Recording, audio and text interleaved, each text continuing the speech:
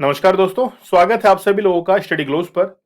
आज हम लोग अप्रैल मंथ के लास्ट वीक के पीआईबी को कवर करने वाले हैं। आप लोग को पीआईबी की इंपॉर्टेंस जरूर पता होगी। आप में से जो भी स्टूडेंट वाकई में ये एग्जाम को क्लियर करना चाहते हैं और चाहते हैं कि जो स्टेटमेंट वाले क्वेश्चंस आते हैं यूपीएससी यूपीपीसीएस कोई वनडे एग्जाम के अंदर, तो वहां पर आपको पीआईबी काफी हेल्प करता है। तो चलिए शुरुआत करते हैं हम लोग आज के बहुत बेहतरीन सेशन को। दीपक इंदौरा ऑफिशियल ये टेलीग्राम चैनल है, आप लोग इसको ज्वाइन कर लीजिए। नोटिफिकेशंस आप लोग को यहाँ पर मिल जाते हैं लेक्चर्स के, इसके साथ में ही जो पीडीएफ है वो भी आपको अवेलेबल करवा दी जाती है। आज जिन टॉपिक्स को हम लोग डिस्कस करने जा रहे हैं वो ये टॉपिक्स हैं। जैसे सबसे पहले हम लोग आर्टिफिशियल इंटेलिजेंस के बारे में बात करेंगे। तो रॉबर्ट मैकार्थी जानते होंगे आप लोग, जो कि आर्टिफिशियल इंटेलिजेंस के जनक माने जाते हैं। और अब आर्टिफिशियल इंटेलिजेंस इतनी हद तक पहुंच चुकी है कि उससे हम लोग एनवायरनमेंट जो है उसको भी प्रोटेक्ट कर सकते हैं। तो क्या पर्यावरण की मदद हम लोग कर सकते हैं? फिर हम लोग बात करेंगे ग्लोबल क्लाइमेट चेंज रिपोर्ट के बारे में 2022 की। Development in India north east region. आप लोग को पता है कि मणिपुर के अंदर रिसेंटली घटना जो है वो देखी गई थी। उसके बाद में अब जो है वो मणिपुर या हम लोग बात करें कि अदर नॉर्थ ईस्ट के जो स्टेट्स हैं वहां पर क्या क्या डेवलपमेंट के हमारे पास में प्रोजेक्ट्स हैं। ठीक है, फिर हम लोग बात करेंगे कि AI use for road safety. तो एआई के दो यहाँ पे टॉपिक हो गए, एक तो एनवायरनमेंट से रिलेटेड हो गया और एक रोड सेफ्टी से रिलेटेड हो गया। रूल ऑफ लॉ की हम लोग बात करेंगे, मतलब सीधे तौर पर आर्टिकल नंबर 14 की बात की जाएगी। ओके, चलिए तो चलिए आर्टिफिशियल इंटेलिजेंस की हम लोग बात करते हैं कि कैसे हम लोग इसमें हेल्प ले सकते हैं। एक आम तौर पर हम लोग देख सकते हैं, जैसे मान लीजिए कि ये आपका रूम है और आप जो है कहीं बाहर गए हुए हैं। अब आप रूम में आने वाले हैं तो ऑटोमेटिक आते ही जो है आपके एसी जो है वो ऑन हो जाता है, लेकिन आपके रूम से बाहर निकलते ही एसी बंद हो जाता है। आप जिस नल का उपयोग कर रहे थे, जिसमें से पानी आ रहा था, उस नल के अंदर से जैसे आपने हाथ जो है उसके नीचे दिया तो पानी जो है वो आने लगा, और जैसे हाथ हटाया तो पानी बंद हो गया। सेंसर्स वगैरह काम करते हैं। तो बेसिकली क्या है कि हमने कहीं ना कहीं पानी जो है उसको बचाया है ना, बहुत हद तक जो है वो बचाया है। एनवायरनमेंट को भी प्रोटेक्ट कर रहे हैं। तो आज हम लोग इन टॉपिक्स के बारे में बात करेंगे। तो पहले हमने चिकित्सा के लिए एआई का उपयोग के बारे में बात की थी, आज हम लोग जो है एनवायरनमेंट के बारे में बात करेंगे। सबसे पहले हम लोग देखेंगे डिफॉरेस्टिंग जो है मॉनिटरिंग। आखिरकार डिफॉरेस्टेशन जो मॉनिटरिंग होती है, मतलब वनों की कटाई हो रही है, उसकी मॉनिटरिंग हम लोग आर्टिफिशियल इंटेलिजेंस की मदद से कैसे कर सकते हैं। तो वनों की कटाई और भूमि उपयोग परिवर्तन वैश्विक ग्रीन हाउस गैस उत्सर्जन के 10% से अधिक का कारण बनते हैं। जंगल की आवाज पर नजर रखने और अवैध कटाई का पता लगाने के लिए आर्टिफिशियल इंटेलिजेंस का पता जो है वो किया जाता है। जैसे हम लोग बात करें एनजीओ की, हम लोग बात करें, उनका बहुत बेहतरीन रोल होता है। तो जो नॉन प्रॉफिट ऑर्गेनाइजेशंस होती हैं, ठीक है, द रेन फॉरेस्ट जो है connections guardian device which attach acoustic monitoring sensor to tree to detect sound association with the illegal logging. तो बेसिकली जो सेंसर्स लगाए जाते हैं वो ध्यान रखते हैं कि जो वनों की कटाई चल रही है, बेसिकली वो साउंड को डिटेक्ट करते हैं, और ऐसा कोई साउंड पाया जाता है तो बताते हैं कि कोई पेड़ों की जो कटाई है, अब कटाई का साउंड जो है वो एक अलग ही लेवल पर आता है, उसको डिटेक्ट कर लेते हैं। अगर हम लोग इंडस्ट्री की बात करें तो औद्योगिक प्रक्रियाओं को अनुकूल करने और कार्बन उत्सर्जन को कम करने के लिए एआई का उपयोग जो है वो करना है। ठीक है, फिर है फेरोलैब्स का एआई संचालित अनुकूलन सॉफ्टवेयर, जो इस्पात उत्पादन में उपयोग की जाने वाली खनन सामग्री की मात्रा को कम करता है। अगर हम लोग बात करें इमारतों में हीटिंग, वेंटिलेशन और एयर कंडीशनिंग सिस्टम को अनुकूलित करने के लिए एआई का उपयोग जो है वो किया जाता है। ठीक है, जैसे हम लोग बात करें अरूप्स न्यूरॉन ऐप की, हम लोग बात करें जो ऊर्जा उपयोग के निर्माण पर डेटा एकत्रित करने और HVAC सिस्टम को अनुकूलित करने के लिए IoT सेंसर का जो है उपयोग करता है। लुप्त प्राय प्रजातियों की निगरानी और सुरक्षा के लिए एआई का उपयोग जो है वो करना है।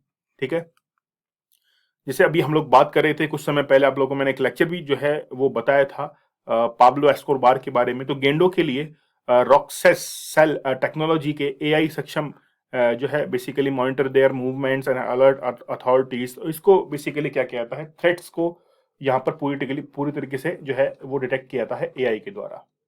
अगर हम लोग बात करें स्मार्ट एग्रीकल्चर में, तो खेती की प्रक्रियाओं को अनुकूलित करने और कचरे को कम करने के लिए एआई का उपयोग जो है वो किया जाता है। जॉन डीरे की एआई संचालित प्रणाली, जो फसलों को यानी कि जैसे मान लीजिए रोपण है, सिंचाई है, कब किया जाना है, कौन सा उर्वरक इसमें इस्तेमाल होगा, वो टाइम टू टाइम जो है वो बताता रहता है। फिर है कि एक क्लाइमेट पैटर्न जो है, जलवायु पैटर्न को के बारे में भविष्यवाणी करने और जलवायु नीति को सूचित करने के लिए एआई का उपयोग जो है वो किया जाता है। यूके का मौसम कार्यालय जो जलवायु पैटर्न के मॉडल के एआई का उपयोग करता है और जलवायु परिवर्तन पर सरकार की नीति को सूचित करता है। तो ये बेसिकली क्या है, एग्जाम्पल सेट है ना। ठीक है। लेकिन अब कुछ जो है वो हमारे पास में चैलेंजेस भी हैं कि एआई मॉडल को सटीक प्रदर्शन करने के लिए बेसिकली वो अच्छा एक्यूरेसी के साथ में हर चीज को शो करे, उच्च गुणवत्ता वाले डेटा की आवश्यकता होती है और बड़े और विविध डेटा सेट की उपलब्धता सीमित हो सकती है। उदाहरण के लिए एआई प्रणाली जो संरक्षित क्षेत्रों की रक्षा के लिए सिफारिश करती है, सांस्कृतिक महत्व या स्वदेशी ज्ञान के लिए जिम्मेदार नहीं हो सकती। उदाहरण के लिए यह समझना चुनौतीपूर्ण हो सकता है कि डीप लर्निंग मॉडल कैसे वनों की कटाई का पता लगाने के लिए उपग्रह चित्रों का वर्गीकृत करते हैं। तो सैटेलाइट इमेजेस जो है उनका कैसे जो है वो पता किया जाता है। उदाहरण के लिए दूरस्थ स्थानों में पर्यावरणीय डेटा एकत्रित करने के लिए सेंसर लगाने या वन्य जीव की निगरानी के लिए ड्रोन तैनात करने के लिए महत्वपूर्ण निवेश की आवश्यकता हो सकती है। अब एग्जांपल्स जो हैं, यानी कि चैलेंजेस के साथ में एग्जांपल्स भी हैं। जैसे हम लोग कह सकते हैं कि जो एंडेंजर्ड स्पीसीज होती हैं, तो लुप्त प्राय प्रजातियों की निगरानी के लिए चेहरे के पहचान तकनीक का उपयोग संरक्षण क्षेत्रों में की जाने वाली व्यक्तियों की गोपनीयता का उल्लंघन कर सकता है। कंक्लूजन बेसिकली ये है कि आर्टिफिशियल बेसिकली एक पावरफुल टूल है, बट बस हमको जो है इसको ठीक ढंग से उपयोग में जो है काम में लेना आना चाहिए। और अर्थ पर जो है बहुत सारा जो है एनवायरमेंटल चैलेंजेस हमारे सामने हैं, अगर उनको रिजॉल्व करना है तो हम लोगों को इस प्रेशर को कम करने के लिए एआई का उपयोग जो है वो बहुत ठीक ढंग से, कहते हैं कि एक स्ट्रेटेजिक तरीके से हमको उपयोग करना पड़ेगा। एआई की ताकत का अगर लाभ उठाकर चुनौती का सामना किया जाए तो हम लोग जो है फ्यूचर के अंदर बहुत बढ़िया तरीके से चैलेंजेस का सामना कर सकते हैं। हमने एक पहले वाले आर्टिकल में भी एक इसका जिक्र किया था कि एक तरफ ड्रॉट है और एक तरफ क्लाइमेट काफी काफी अच्छा है। तो बेसिकली क्या स्थितियां रही हैं 2022 के अंदर और 2023 की स्थितियां जो है वो हम लोग तो 2024 के अंदर पढ़ेंगे, लेकिन 2023 के अंदर ऑल ओवर ईयर के अंदर कैसी परिस्थितियां रही हैं उसको जो है वो हम लोग देखने वाले हैं कि 2022 में क्या परिस्थितियां रही हैं। ठीक है। तो एक रिपोर्ट की हम लोग बात करेंगे, इसके बाद में एक्सट्रीम जो वेदर कंडीशंस होती हैं उनके बारे में हम लोग बात करेंगे। जैसे कि आप लोग को पता है कि क्रॉप का पैटर्न जो है वो लगभग 3 मंथ जो है वो आगे शिफ्ट हो चुका है। जैसे मान लीजिए कि हम लोग बात करें कि बारिश जो जनवरी में होनी थी वो अब मार्च में होने लग गई है, अप्रैल में होने लग गई है। सर्दी आप लोग देख लीजिए थोड़ा सा आगे शिफ्ट हो चुकी है, तो क्रॉप पैटर्न जो है वो भी आगे धीरे धीरे शिफ्ट हो रहा है। तो according to the World Meteorological Organization, ठीक है, इसके हेडक्वार्टर जो है वो जिनेवा के अंदर स्थित है। तो एनुअल स्टेट ग्लोबल रिपोर्ट जो है 2022 की उसको जारी किया और उसमें बताया कि बेसिकली जलवायु परिवर्तन के अंदर जो है वो बहुत सारे, यानी कि पर्वत चोटियों से लेकर समुद्र की गहराई तक क्लाइमेट चेंज जो है वो दिन ब दिन बढ़ ही रहा है, कम नहीं हो रहा है। मतलब बहुत सारे परिवर्तन देखने को मिल रहे हैं। खासतौर पर अगर हम लोग देखें कि अल नीनो, ला नीनो, ये जो एरियाज हैं इनको बहुत ज्यादा इफेक्ट ये कर रहे हैं। तो टू क्लाइमेट जो है मोड्स हैं, द अल नीनो सदर्न जो है oscillation ENSO and the Indian ocean dipole. तो एक एकमात्र इंडियन ओशन ऐसा है जहां पे डाइपोल क्रिएट होता है और मानसून जो है वो इसी कारण यहाँ पर उत्पन्न भी होता है। ठीक है। तो बेसिकली ये भी क्या है कि जलवायु घटनाओं को एक सपोर्ट के तौर पर काम करते हैं। 2022 में वैश्विक औसतन तापमान 1850 1900 के औसत से 1 यानी कि अगर हम लोग बहुत पहले से कंपेयर करें 1850 से 1900 के उसके औसत से अगर कंपेयर करें तो लगभग हम लोग 1.25 डिग्री 1.15 डिग्री सेल्सियस जो है वो टेम्परेचर के अंदर इंक्रीजमेंट आ चुका है। 2015 से 2022 के वर्ष 1850 तक अगर बैठे तो अगर हम लोग बात करें तो ये जो 8 वर्ष हैं, है ना, तो ये जो है वो सबसे गर्म साल यहाँ पर रहे हैं। लगातार 3 वर्षों के कूलिंग का लानिना के बावजूद जो है ये प्रभाव देखा गया था। फिर concentration of the 3 main green house gases, basically carbon dioxide, methane, nitrous oxide, ये बेसिकली जो है वो ग्रीन हाउस इफेक्ट को और इंक्रीज करने के लिए जो है 3 गैसेस बहुत ज्यादा इंपॉर्टेंट होती हैं। इसके लिए इफेक्ट है, एक तो याद कर लीजिए आप लोग CO2, फिर मिथेन CH4 और नाइट्रस ऑक्साइड जो है ये आप लोगों को याद रखनी है, 3 है। ठीक है। तो 2021 में रिकॉर्ड स्तर पर जो है वो क्लाइमेट चेंज पहुंचा था। 2020 से 21 तक मीथेन सांद्रता में वार्षिक वृद्धि रिकॉर्ड पर सबसे अधिक थी। 2022 में 3 में जो है वो वृद्धि, यानी कि तीनों के अंदर जो है ये बेसिकली 3 कंपोनेंट जो है इन तीनों के अंदर वृद्धि दर्ज की गई थी 2022 के अंदर। ये थोड़ा सा चिंताजनक है। अक्टूबर 2021 और 2022 के बीच 1.3 मीटर से अधिक औसतन मोटाई में बदलाव जो है अनुभव किया गया है। बेसिकली ये ग्लेशियर्स की बात है कि बेसिकली क्या है कि उनकी जो मोटाई है, ग्लेशियर्स की जो थिकनेस है, उस थिकनेस के अंदर एक चेंज जो है वो देखा गया था बिटवीन अक्टूबर 2021 और 22 के बीच में। एक साल के दरमियान 1.3 मीटर जो है वो उनकी जो थिकनेस है वो कम होती हुई दिखाई देती है। Sea ice in Antarctica drop to 1.92 million जो है, यानी कि 25 फरवरी 2022 को 1.92 मिलियन जो है लगभग इतना जो है वो गिर गया है, जो रिकॉर्ड पर सबसे निचला स्तर है। तो 1991 से लेकर 2020 तक देखें तो 1 मिलियन पर किलोमीटर स्क्वायर जो है वो इतना नीचे गिर चुका है। ओशन हीट कंटेंट की अगर हम लोग बात करें तो around 90% of energy trapped in the climate system by green house gases goes into the ocean. तो बेसिकली कि जो ग्रीन हाउस गैसेस हैं, ठीक है, तो जलवायु प्रणाली में फंसी ऊर्जा का लगभग 90% समुद्र में जो है वो चला जाता है। जितनी भी एनर्जीज होती हैं, आप लोगों को पता है कि ओशन जो है वो इसमें काफी हेल्प भी करता है कि वो एनर्जी जो है वो एब्जॉर्ब होती है। पिछले 2 दशकों में समुद्र के गर्म होने की दर विशेष रूप से उच्च रही है। इसके कारण क्या होता है कि वो क्या होता है, गर्म हो जाता है ना, समंदर जो है वो गर्म हो जाते हैं। लालिना की स्थिति जारी रहने के बावजूद समुद्र की सतह के 58% हिस्से ने 2022 के दौरान कम से कम एक समुद्री हीट वेव का जो है वो जरूर अनुभव किया है। ठीक है। और ओशन एसिडिफिकेशन की बात करें तो अब देखिए CO2 अब बढ़ रही है, CH4 बढ़ रही है, नाइट्रस ऑक्साइड ये सब जो है वो बढ़ रही है। तो CO2 समुद्री जल के साथ प्रतिक्रिया करता है, जिसके परिणाम स्वरूप पीएच में जो है कमी आती है। तो जब टेम्परेचर इंक्रीज होता है तो उसकी एसिडिफिकेशन जो है वो इंक्रीज होने लग जाती है। देखिए पीएच वैल्यू जो है वो 0 to 7 मूव करती है, 0 to 7 और 7 to 14। अगर 0 to 7 है तो पीएच वैल्यू अगर 0 to 7 है तो हम लोग कहते हैं कि वो जो है वो एक एसिडिक इफेक्ट जो है वो लाता है और बेस इफेक्ट लेके आता है 7 to 14 के अंदर। तो पीएच में अगर कम रहता है 0 to 7 तो हम लोग कहेंगे कि वो क्या है, एसिडिक इफेक्ट है। और खास तौर पर हम लोग ये महासागरों के अंदर देखते हैं, महासागर के अम्लीकरण से जीवों और पारिस्थितिक तंत्र जो है उनको खतरा पहुंचता है, पूरा इकोसिस्टम इकोसिस्टम जो है और ऑर्गेनिज्म जो है उनको थ्रेट्स जो है होना शुरू हो जाते हैं। समुद्र की सतह का पीएच अब सबसे कम है और पीएच परिवर्तन की वर्तमान दर जो है अभूतपूर्व है। मतलब पीएच काफी कम हो चुका है। जैसे मान लीजिए हम लोग एसिडिक की बात करें, जैसे मान लीजिए नींबू है या जो खट्टे पदार्थ हैं, HCl है, HNO3 है, ये सब क्या है, ये एसिडिक इफेक्ट वाले हैं, है ना। तो बेसिकली अब समंदर का जो पानी है वो भी काफी एसिडिक होता जा रहा है। सूखे ने पूर्वी अफ्रीका को जकड़ लिया है। जुलाई और अगस्त के रिकॉर्ड तोड़ बारिश के कारण पाकिस्तान में व्यापक जो है वो बाढ़ आ गई और गर्मियों के दौरान रिकॉर्ड तोड़ गर्मी की लहरों ने यूरोप को प्रभावित किया है।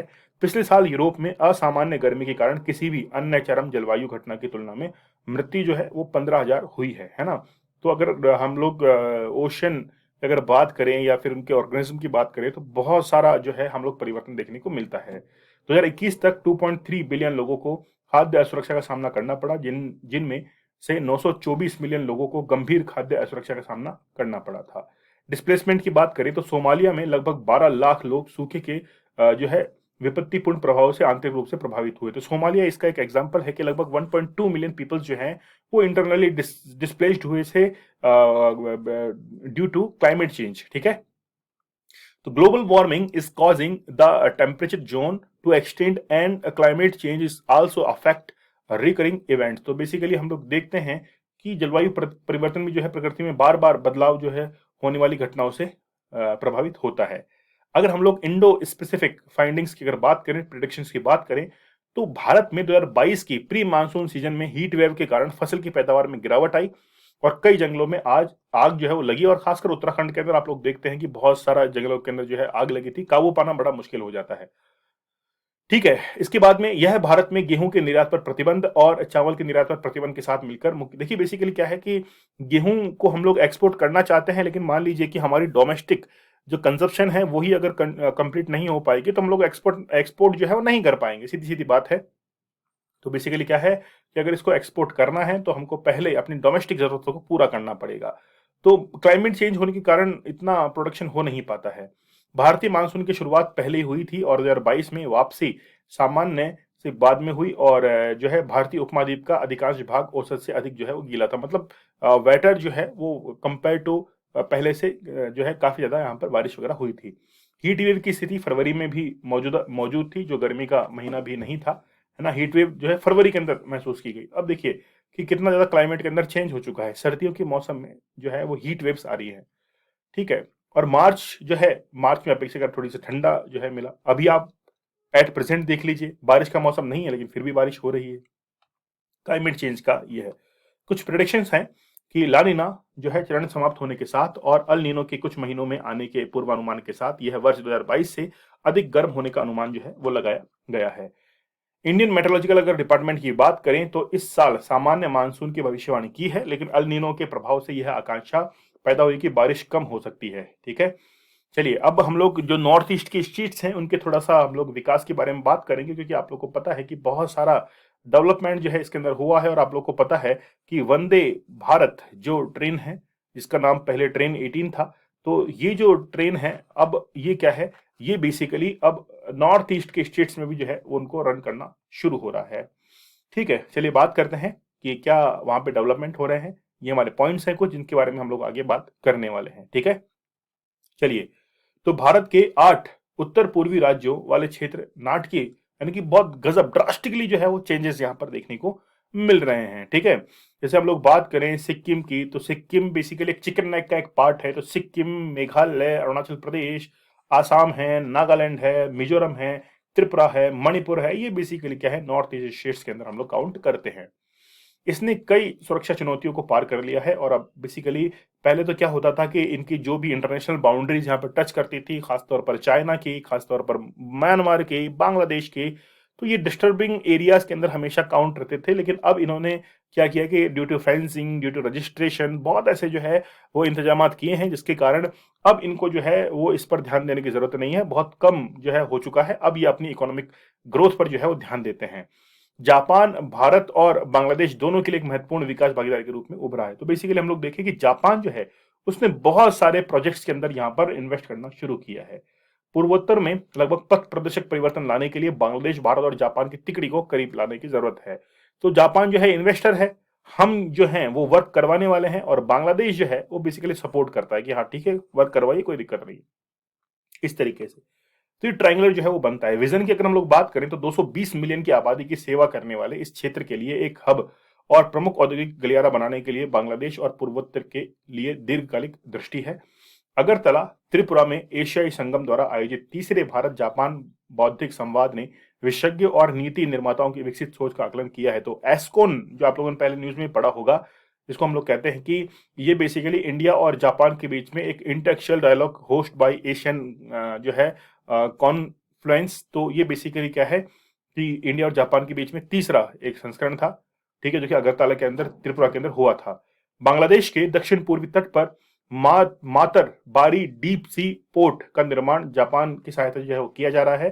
2027 में चालू होने के लिए बंदरगाह को बांग्लादेश और भारत के पूर्वोत्तर की जरूरत को पूरा करना होगा और ट्रोइका का प्रतिनिधित्व करने वाली सबसे महत्वपूर्ण परियोजनाओं में से एक है। विशाल प्राकृतिक संसाधनों के साथ धन्य, यानी कि बहुत सारे रिसोर्सेज हैं, नेपाल, भूटान, चीन, बांग्लादेश, म्यांमार के साथ सीमा साझा करने वाले इसका रणनीतिक स्थान जो है, कहते हैं कि पड़ोसी जो है वो कभी नहीं बदलते हैं, है ना। और पड़ोसी के साथ जो है आपके रिलेशंस भी काफी अच्छे होने चाहिए। जनसंख्या अपनी शिक्षा के साथ, अब देखिए एजुकेशन वहाँ की काफी अच्छी है, ये तो आप लोगों ने गौर किया होगा। एजुकेशन पे वो लोग काफी ध्यान देते हैं, बस वो परिस्थितियां ही उनके जो है विपरीत हैं। वहां पर जो है काफी टेरेन रीजन है, बहुत प्रॉब्लम जो है उनको फेस करनी पड़ती है। चैलेंजेस की अगर हम लोग बात करें तो पूर्वोत्तर में एकल निवेश के रूप में जापान जो है, बेसिकली जापानी जो है वो एक देश ऐसा निकल के आया जो कि इन्वेस्ट करने को तैयार है। फिर बांग्लादेश अब बेसिकली क्या करता है कि थोड़ा सा कई बार प्रॉब्लम क्रिएट कर देता है बांग्लादेश, है ना। तो बिम्स्टेक आप लोग को पता होगा कि एक बिम्स्टेक है, बे ऑफ बंगाल के लिए एक इनिशिएटिव जो है वो शुरू किया गया था, लेकिन कहीं ना कहीं ये एक धूमिल होता हुआ दिखाई दे रहा है ना। तो थोड़ा सा इस पर ध्यान देने की जरूरत है।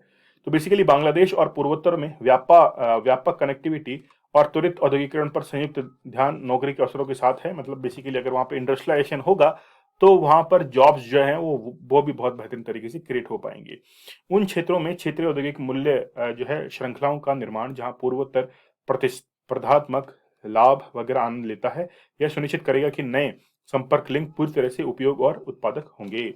नीति अभिसरण का basically expanding policy convergence and taking people along, the goal should be to connect a large part of South Asia with South East Asia, है ना। तो बेसिकली गोल क्या होना चाहिए कि साउथ एशिया है और इसके साथ में साउथ ईस्ट एशिया जो है इसको आपस में कनेक्ट करना है।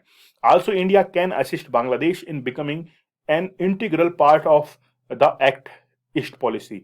तो बेसिकली एक्ट ईस्ट पॉलिसी जो है, जैसे हम लोग पहले लुक ईस्ट पॉलिसी के बारे में बात करते थे, अब एक्ट ईस्ट पॉलिसी के बारे में हम लोग बात करने लगे, तो बांग्लादेश जो है इसमें हमारी बहुत हेल्प कर सकता है। कंक्लूजन की बात यह है कि ये जो ट्रायंगुलर हमने बनाया था बांग्लादेश, जापान और इंडिया का, ये साथ मिलकर जो है नॉर्थ ईस्ट स्टेट को विकसित करने में बहुत अच्छी हेल्प कर सकता है, खासतौर पर जापान। ठीक है, चलिए आगे हम लोग बात करते हैं कि सड़क सुरक्षा के लिए क्या आर्टिफिशियल इंटेलिजेंस का उपयोग किया जा सकता है। बात करेंगे हम लोग कि मोटर व्हीकल डिपार्टमेंट जो है वो इसके बारे में क्या बताता है और केरला प्रोजेक्ट को वे कैसे डिफाइन करता है, कैसे हम लोग आर्टिफिशियल इंटेलिजेंस को यूज कर सकते हैं रोड सेफ्टी के अंदर।